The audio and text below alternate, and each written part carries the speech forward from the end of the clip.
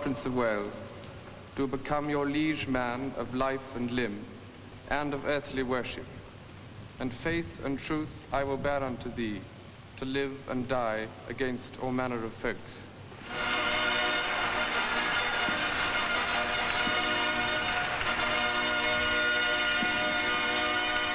All Wales welcomed Prince Charles as their own. This day, July the 1st, 1969, with its fanfares, its colour and royal dignity, is one that will long be remembered. It was perhaps the crowning occasion of a year which saw the emergence of Prince Charles and Princess Anne as active, indeed working members of the royal family. The ancient castle of Caernarvon became the focal point for millions.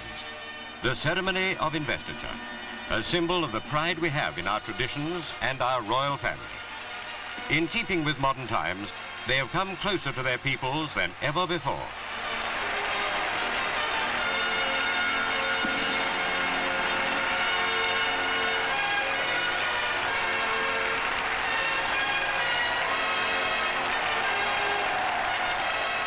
It has been a busy, full year for the Queen and her family. We present some of its highlights. At Spithead, the Royal Yacht Britannia steamed proudly between the lines of Nato ships. One by one, they saluted the passing royal vessel.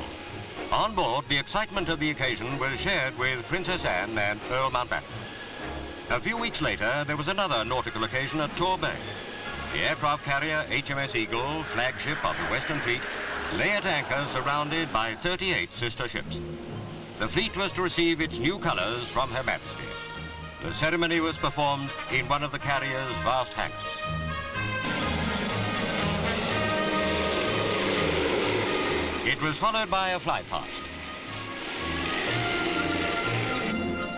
Out in the North Sea, the natural gas rig Amoco B welcomed Princess Anne aboard. She added a very feminine touch to the, until then, men-only rig. After changing into more suitable clothes, the Princess saw for herself what goes on far from shore in the business of bringing Britain's new gas supply home.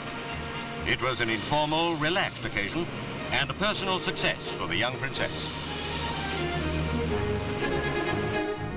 At Windsor Castle, the splendour of a formal event was typified by the state visit of President Giuseppe Saragat of Italy.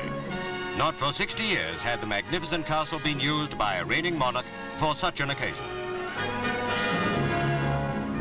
The President and his daughter had come in friendship to be welcomed with equal cordiality by the Queen and her family on behalf of the nation. During the year, there were several royal visits overseas. A memorable one was to Austria, where the friendship between our two countries was further cemented by the Queen and Prince Philip.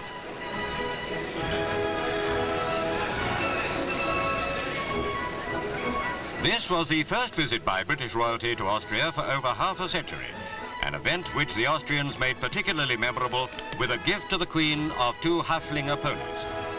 The many receptions were on a lavish scale.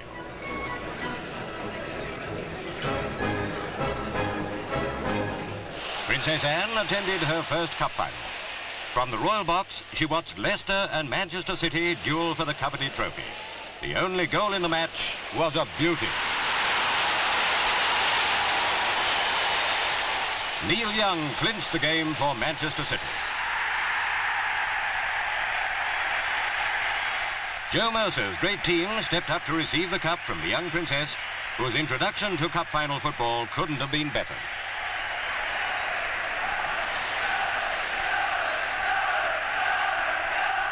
North of the border, history was made in Edinburgh on the day when the Queen, accompanied by the Duke and Princess Anne, drove through the city streets to attend a General Assembly of the Church of Scotland.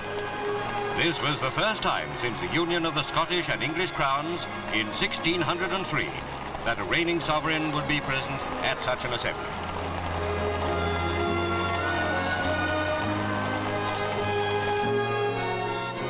With her husband and daughter close by, the Queen addressed the assembly with a message of hope for peace. It was in quest of world peace that President Nixon visited many countries after taking office.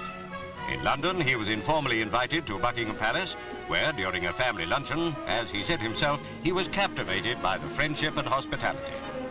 3 other famous Americans were also received at Buckingham Palace during the year. They were the man-on-the-moon team of Neil Armstrong, Buzz Aldrin and Mike Collins. Armstrong, the first man on the moon, led the way at this historic meeting. Like the people of Britain, the royal family were proud to greet the space trio.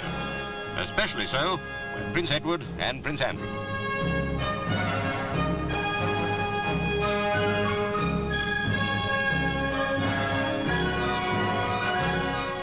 The Queen and Duke showed a keen knowledge and interest in the American moon program. The astronauts and their wives were made to feel very much at home. Once more, it was the turn of the Queen and her family to be welcomed to another country. At Bergen in Norway, King Olaf received his visitors as they disembarked from the royal yacht.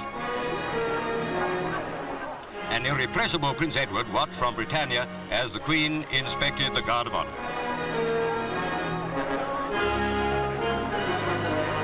The first stop in Bergen, on what was a holiday itinerary, was the house of Edvard Grieg, the great Norwegian composer. Another visit proved highly entertaining for all the family when the seals at Bergen Aquarium put on their own version of an aqua show.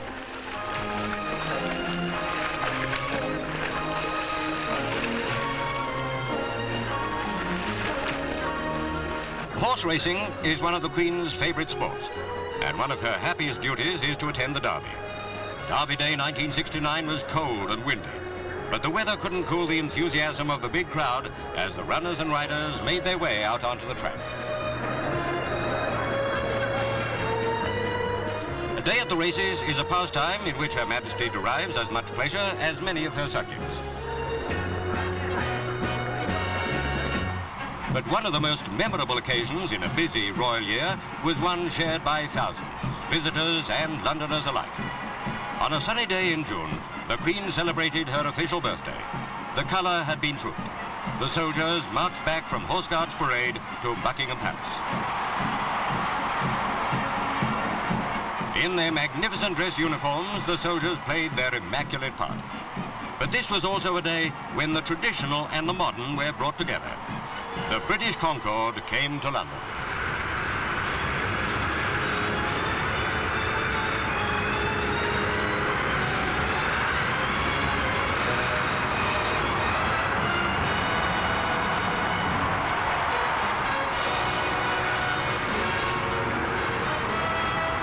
There was much excitement on the balcony of the palace as the roar of 16 RAF Lightnings heralded the arrival of Concorde 002.